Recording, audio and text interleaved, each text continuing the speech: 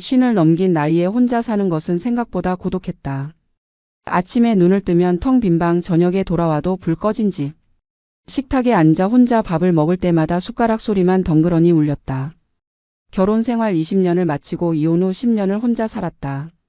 자식들은 각자의 삶에 바빴고 명절에나 얼굴을 비췄다. 친구들은 손주 이야기로 바쁘고 나만 홀로 남겨진 기분이었다.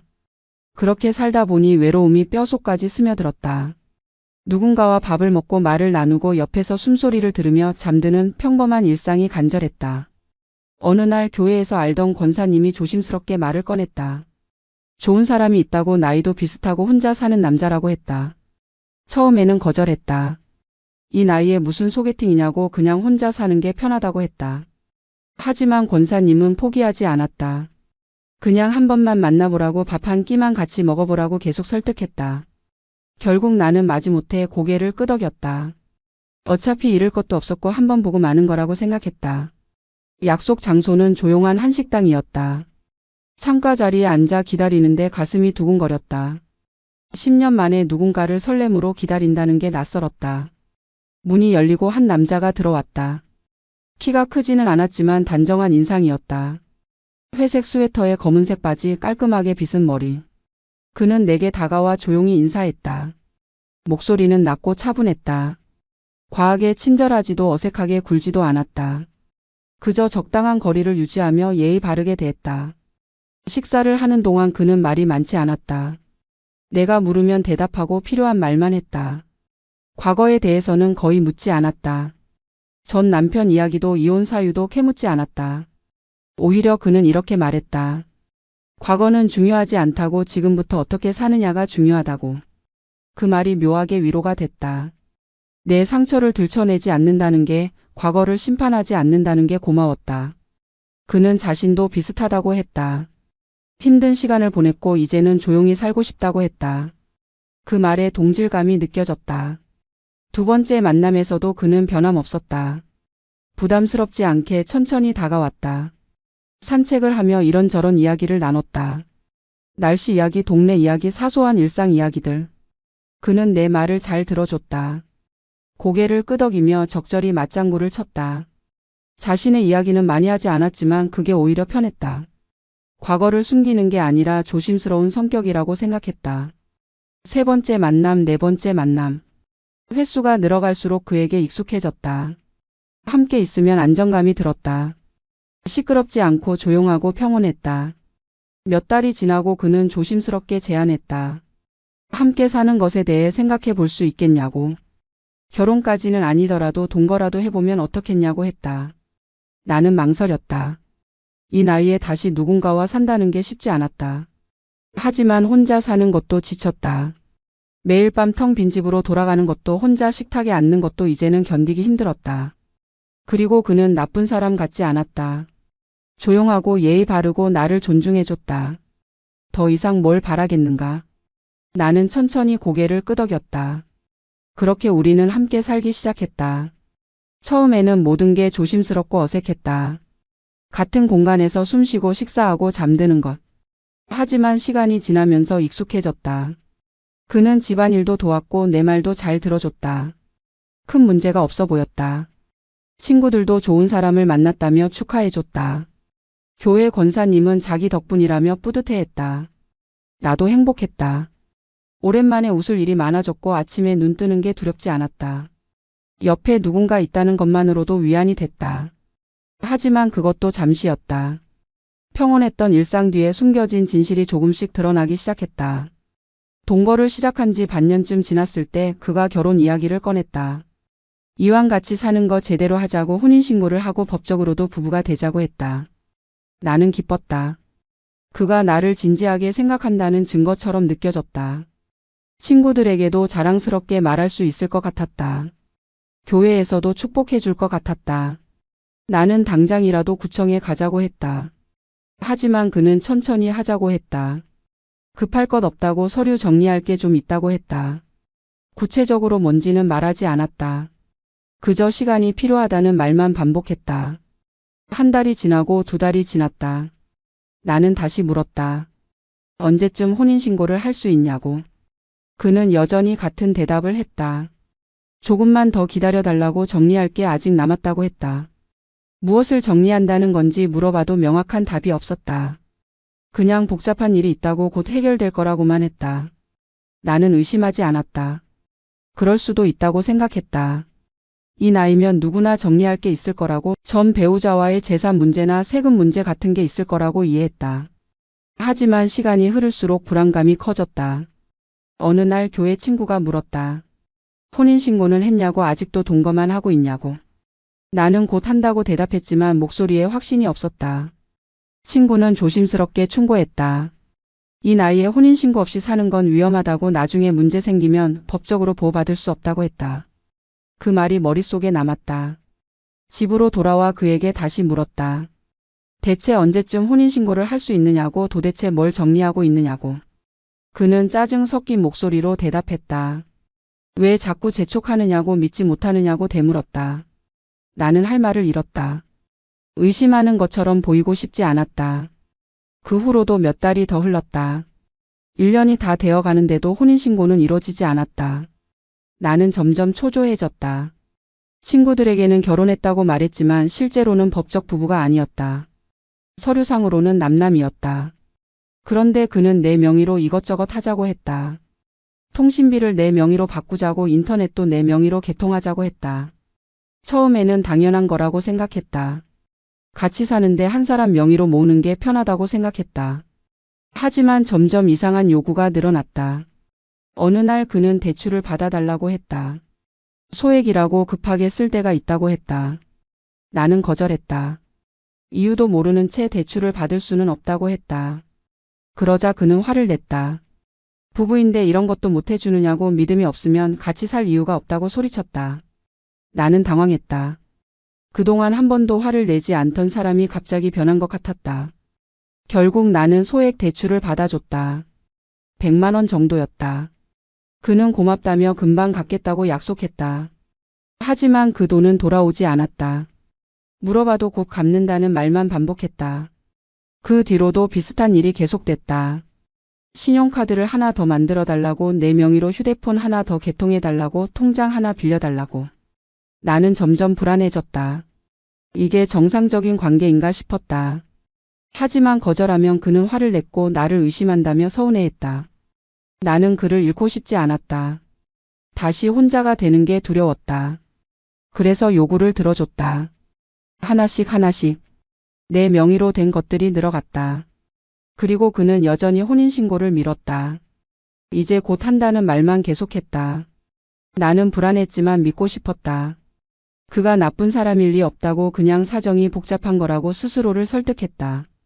함께 산 지 1년이 넘어가던 어느 날 그가 몸이 안 좋다며 병원에 가자고 했다. 소화가 안 되고 속이 쓰리다고 했다. 나는 함께 동네 내과에 갔다. 접수대에서 그가 신분증을 내밀었다. 나는 옆에서 대기하고 있었다. 간호사가 신분증을 보더니 이름을 불렀다. 그런데 그 이름이 낯설었다. 분명 내가 알던 이름이 아니었다. 나는 귀를 의심했다. 잘못 들은 건가 싶어 다시 집중했다. 간호사가 다시 한번 이름을 불렀다. 역시 다른 이름이었다. 내 옆에 앉은 그가 벌떡 일어나 진료실로 들어갔다. 머릿속이 하얘졌다. 방금 뭘 본 거지? 신분증에 적힌 이름이 달랐다. 내가 알고 있던 이름과 완전히 달랐다. 혼란스러웠다. 진료가 끝나고 나온 그에게 아무렇지 않게 물었다. 방금 간호사가 부른 이름이 다른 것 같았다고. 그는 잠시 당황한 표정을 지었다. 그러더니 웃으며 대수롭지 않게 넘겼다. 개명했다고, 예전 이름이라고 했다. 서류상으로는 아직 옛날 이름이 남아 있어서 병원에서 그렇게 부른 거라고 설명했다. 나는 고개를 끄덕였다.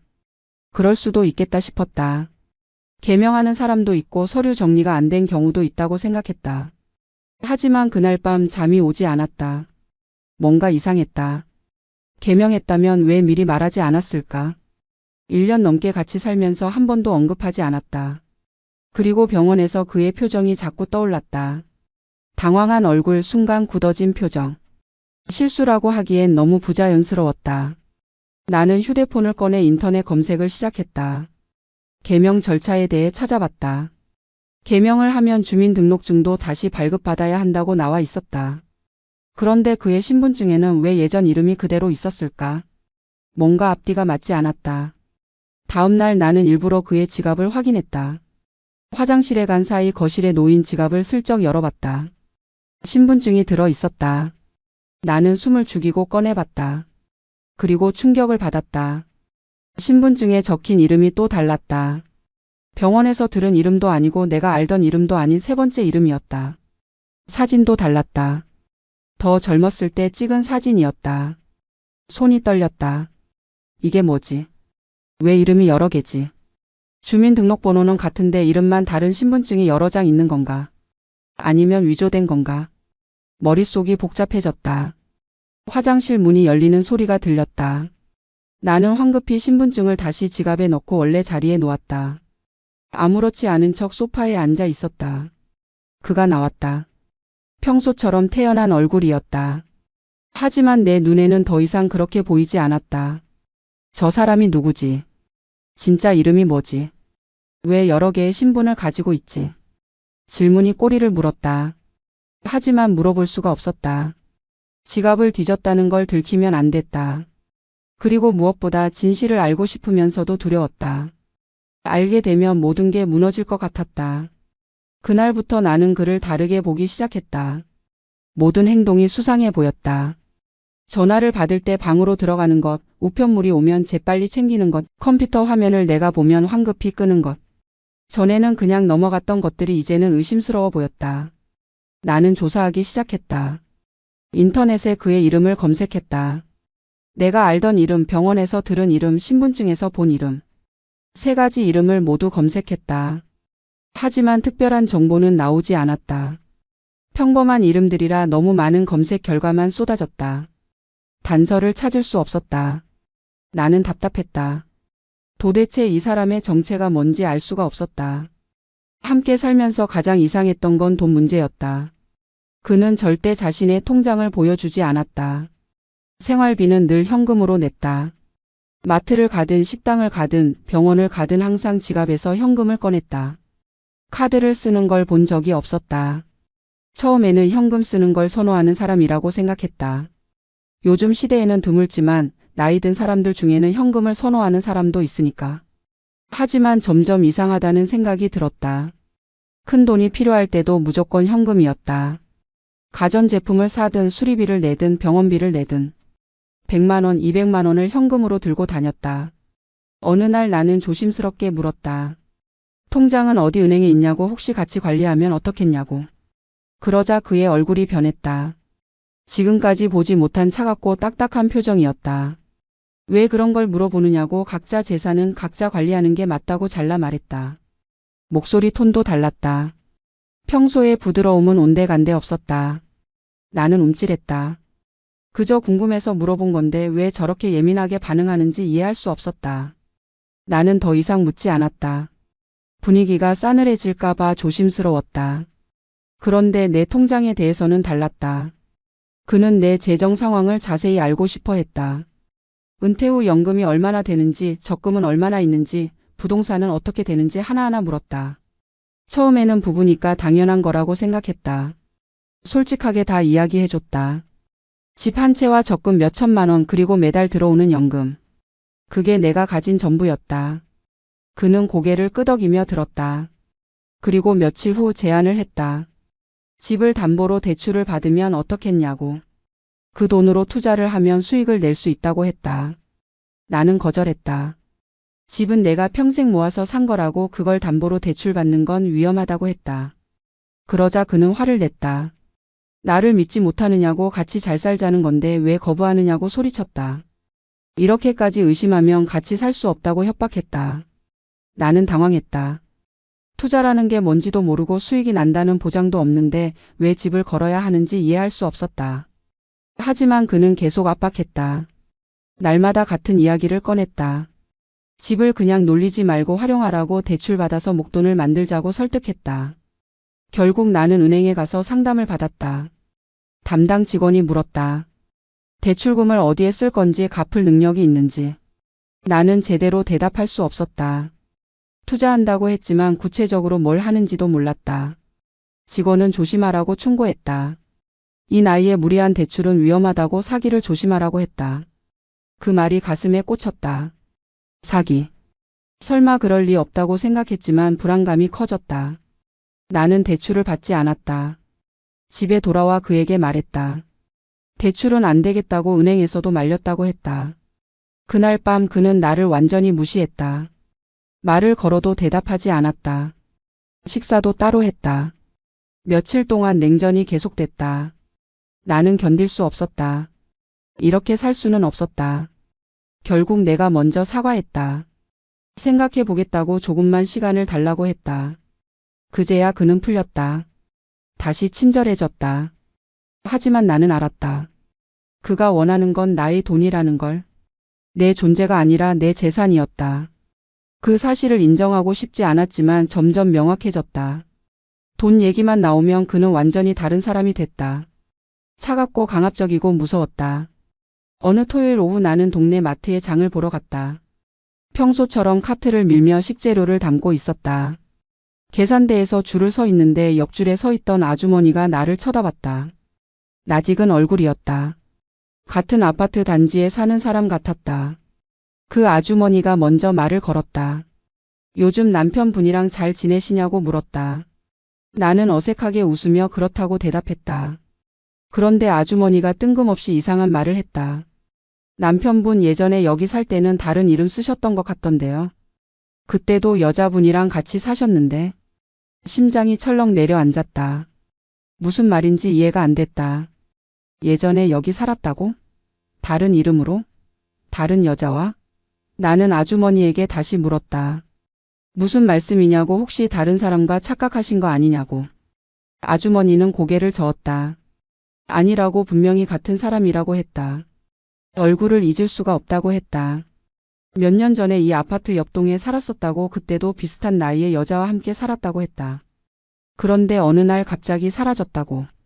여자만 남고 남자는 흔적도 없이 떠났다고 했다. 머리가 어지러웠다. 아주머니의 말이 사실인지 거짓인지 판단할 수 없었다.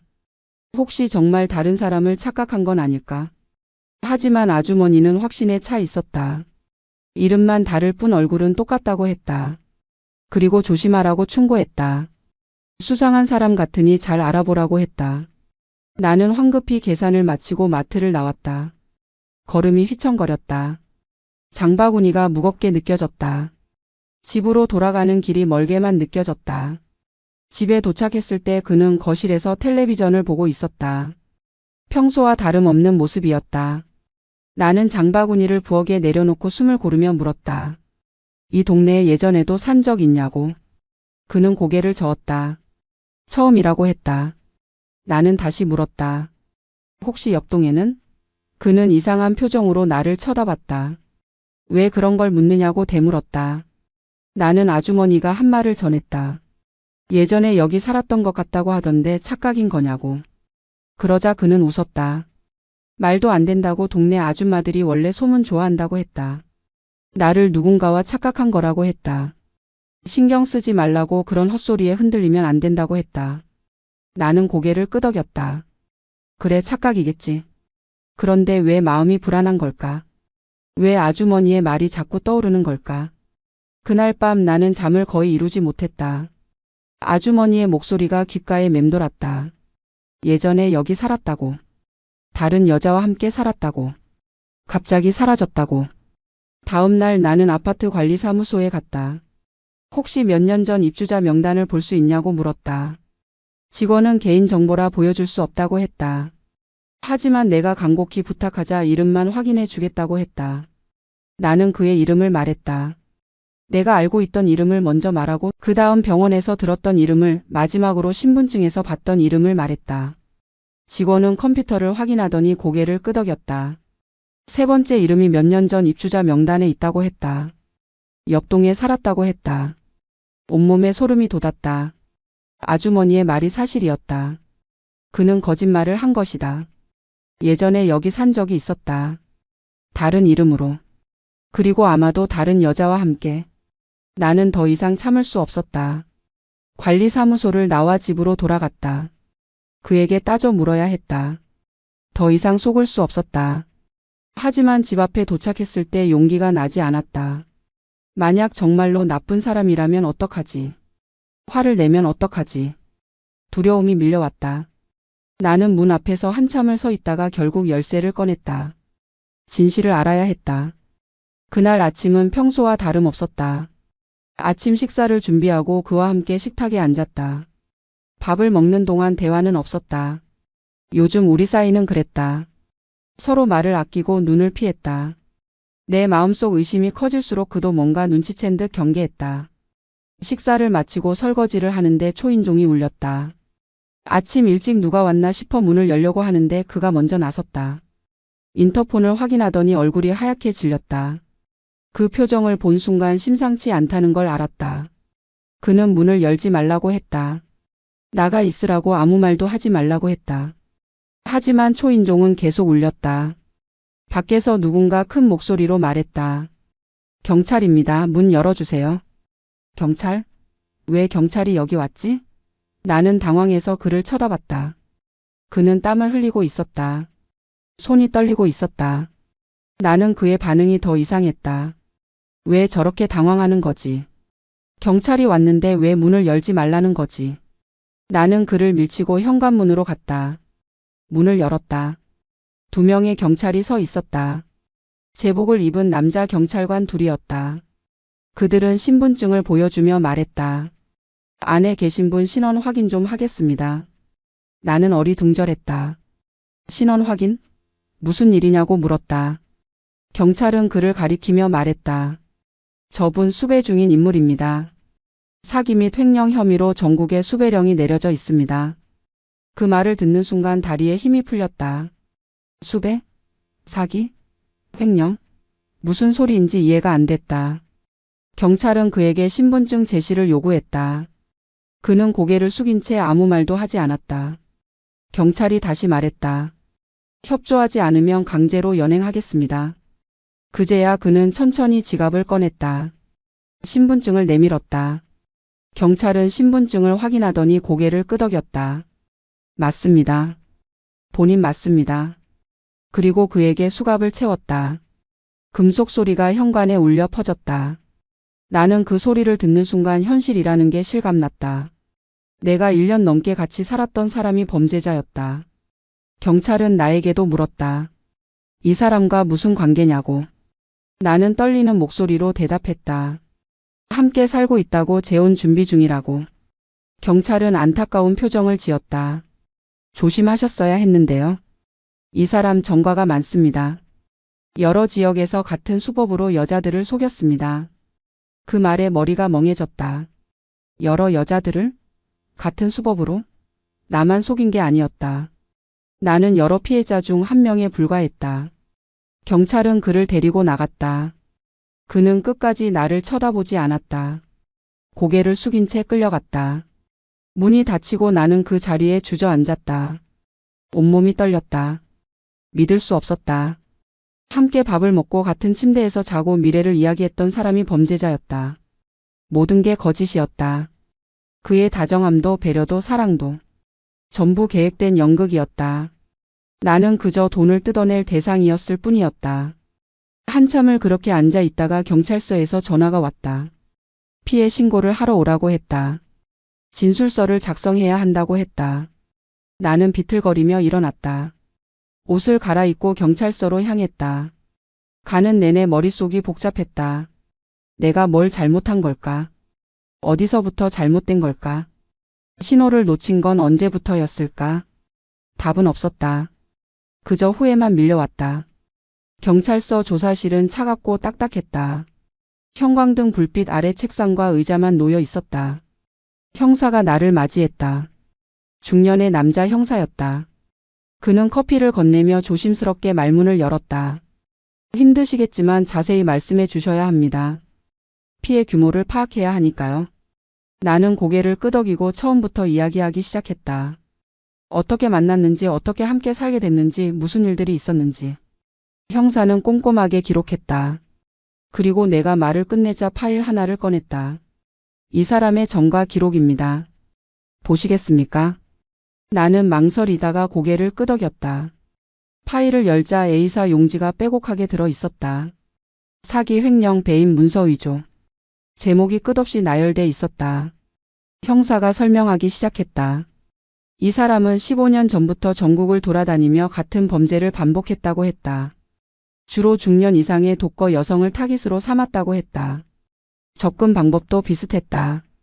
지인 소개를 통해 만나고 신뢰를 쌓고 재혼을 미끼로 재산을 빼냈다. 그리고 적당한 시점에 흔적 없이 사라졌다. 형사는 파일에서 몇 장의 사진을 꺼냈다. 다른 여자들의 사진이었다. 피해자들이었다. 나와 비슷한 나이대의 여자들이었다. 모두 혼자 살고 어느 정도 재산이 있는 사람들이었다. 형사가 말했다. 이 사람은 매번 이름을 바꿨습니다. 주민등록번호도 여러 개를 사용했습니다. 위조 서류를 만드는데 능숙했습니다. 그래서 추적이 어려웠습니다. 한 지역에서 범죄를 저지르면 다른 지역으로 이동했습니다. 이번에는 서울에 왔고 당신을 만난 겁니다.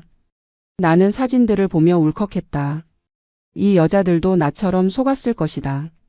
사랑받는다고 믿었을 것이다. 외로움을 달랠 사람을 만났다고 기뻐했을 것이다. 하지만 결국 모두 이용당했다. 재산을 잃고 마음의 상처를 입고 혼자 남겨졌다. 나는 그중 한 명이었다. 형사는 계속 설명했다. 이 사람은 절대 혼인신고를 하지 않습니다. 법적 배우자가 되면 나중에 추적당하기 쉬우니까요. 대신 동거만 하면서 여자의 재산을 자기 명의로 옮깁니다. 대출을 받게 하고 통장을 빌리고 부동산을 담보로 잡습니다. 나는 그제야 모든 퍼즐이 맞춰지는 느낌을 받았다.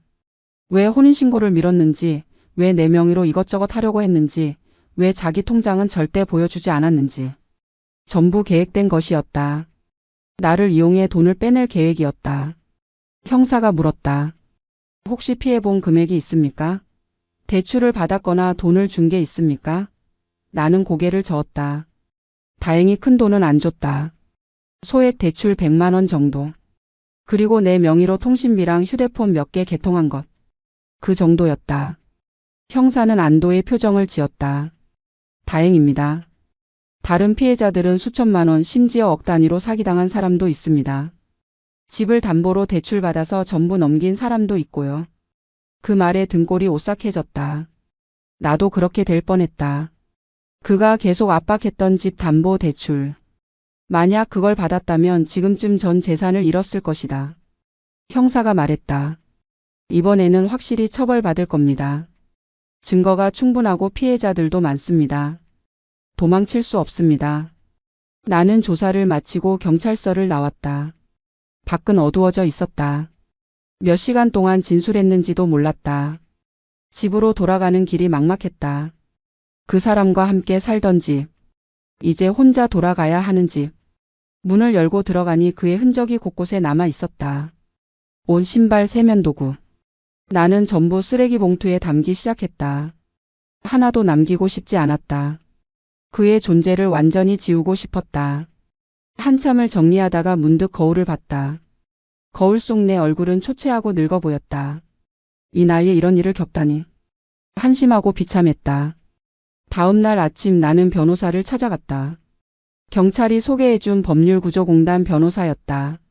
사무실은 작았지만 깔끔했다. 여자 변호사가 나를 맞이했다. 40대 정도 돼 보이는 단정한 인상의 변호사였다. 그녀는 내 이야기를 들으며 고개를 끄덕였다. 안타깝게도 흔한 사례라고 했다. 요즘 이런 재혼 사기가 많다고 했다. 특히 혼자 사는 중년 여성들을 노린다고 했다. 외롭고 의지할 사람이 필요하고 어느 정도 재산이 있는 사람들. 완벽한 타깃이라고 했다. 변호사는 체크리스트를 꺼냈다. 내 명의로 된 것들을 전부 확인해야 한다고 했다. 통장, 카드, 대출, 통신계약, 부동산 등기부등본. 하나하나 점검하기 시작했다. 다행히 큰 피해는 없었다. 대출도 100만 원 정도였고 부동산은 손대지 못했다. 통신비와 휴대폰 몇 개가 내 명의로 돼 있었다. 변호사는 즉시 해지 절차를 밟으라고 했다. 그리고 통장도 모두 정지시키고 새로 만들라고 했다. 혹시 모를 추가 피해를 막기 위해서였다. 나는 그날 바로 은행, 통신사, 카드사를 돌아다녔다. 내 명의로 된 모든 것을 정리했다. 휴대폰 5개를 해지했다. 내가 모르는 사이에 개통된 것들이었다. 요금도 밀려 있었다. 나는 억울했지만 일단 정리했다. 나중에 소송으로 돌려받을 수 있다고 변호사가 말했다. 통장도 전부 정지시키고 새 계좌를 만들었다. 그가 알고 있던 계좌번호는 모두 무용지물이 됐다. 이제 더 이상 내 돈을 건드릴 수 없었다. 부동산 등기 부등본도 확인했다. 다행히 아무 문제가 없었다. 담보도 없고 가압류도 없었다. 내 집은 안전했다. 변호사가 말했다. 정말 다행입니다. 보통은 등기까지 넘어간 경우가 많거든요. 명의 신탁이나 근저당 설정으로 집을 빼앗기는 경우도 있습니다. 그 말을 듣고 소름이 돋았다. 내가 얼마나 위험한 상황이었는지 실감했다. 조금만 더 방심했다면, 조금만 더 믿었다면 전 재산을 잃었을 것이다. 변호사는 혼인 무효 절차도 설명했다. 하지만 우리는 혼인신고를 하지 않았기 때문에 법적으로 부부가 아니었다. 그래서 이혼 절차는 필요 없었다. 대신 동거관계 해소와 손해배상 청구를 할 수 있다고 했다. 그가 사기로 얻은 이익을 돌려받을 수 있다고 했다. 나는 고소장을 작성했다. 사기죄, 횡령죄로 고소했다. 변호사가 도와줘서 어렵지 않게 작성할 수 있었다. 고소장을 제출하고 나니 조금 마음이 후련해졌다.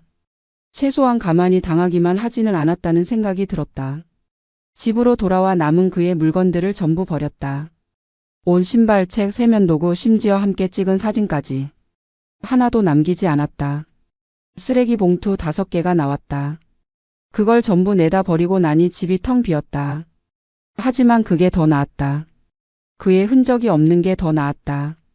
나는 집 안을 돌아다니며 구석구석 청소했다. 그가 손댄 곳, 앉았던 곳, 잠들었던 곳. 전부 닦고 또 닦았다. 마치 그의 존재 자체를 지우는 것처럼. 밤이 되자 고요함이 찾아왔다. 혼자였다. 또다시 혼자가 됐다. 하지만 이번에는 달랐다. 예전의 외로움과는 달랐다.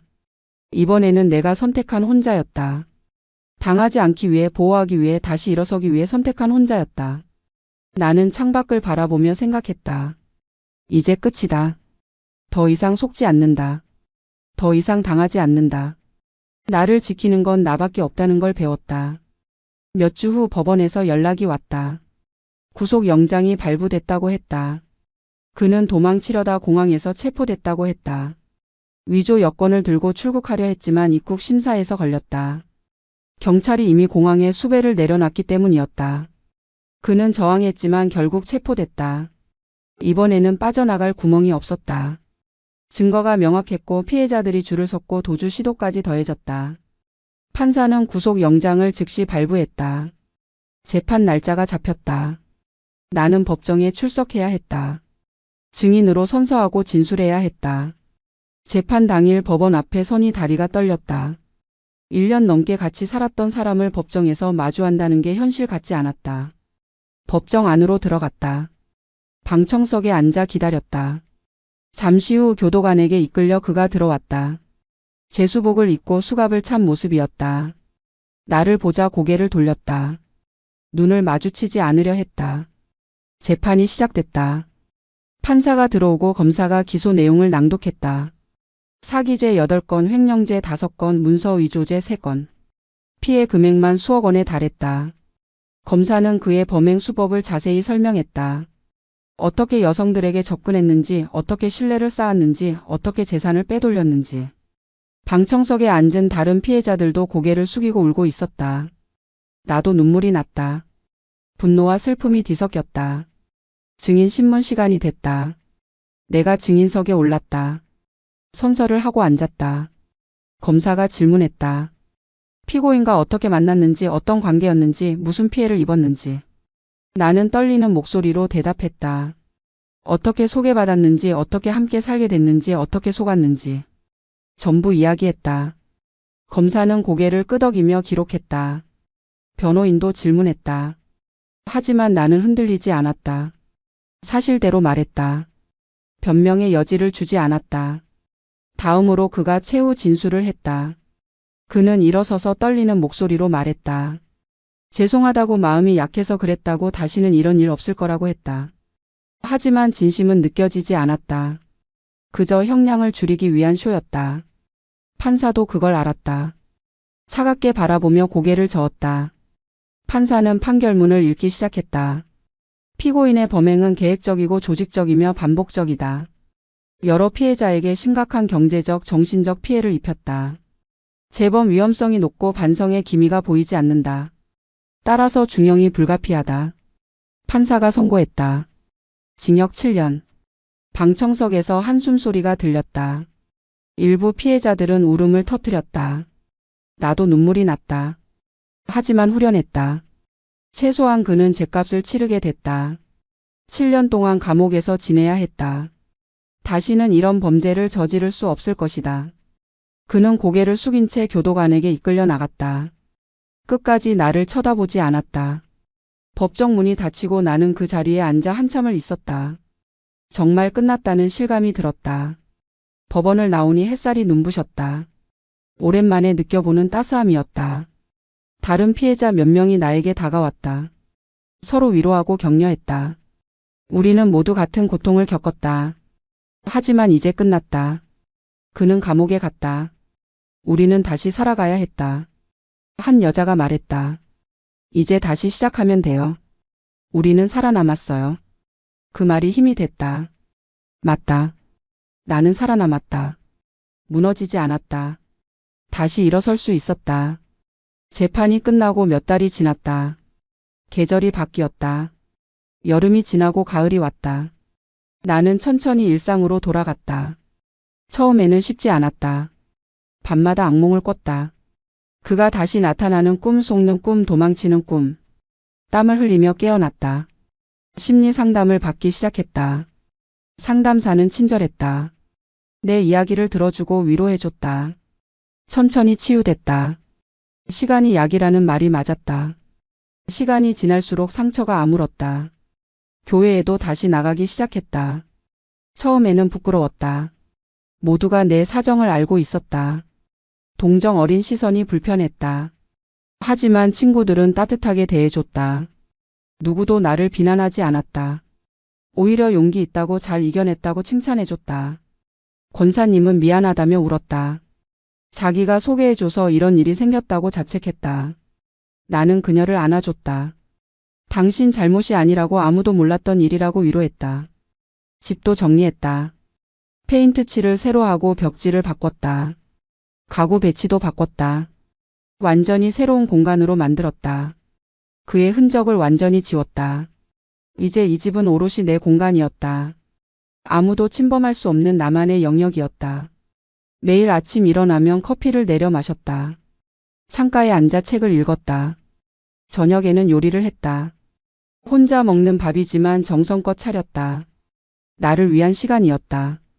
친구들과도 자주 만났다. 차를 마시고 산책하고 수다를 떨었다. 웃는 날이 많아졌다. 옛날 이야기를 하며 깔깔거렸다. 미래 이야기도 했다. 여행 계획을 세우고 취미를 찾고 봉사활동도 시작했다. 삶이 다시 의미 있어졌다. 누군가 없어도 괜찮았다. 혼자여도 충분했다. 외롭지 않았다. 오히려 자유로웠다. 누구 눈치 보지 않고 내 마음대로 살 수 있었다. 어느 날 교회 친구가 또 소개팅을 제안했다. 좋은 사람이 있다고 한번 만나보라고 했다. 나는 단호하게 거절했다. 이제 그런 건 필요 없다고 했다. 친구는 이해한다며 고개를 끄덕였다.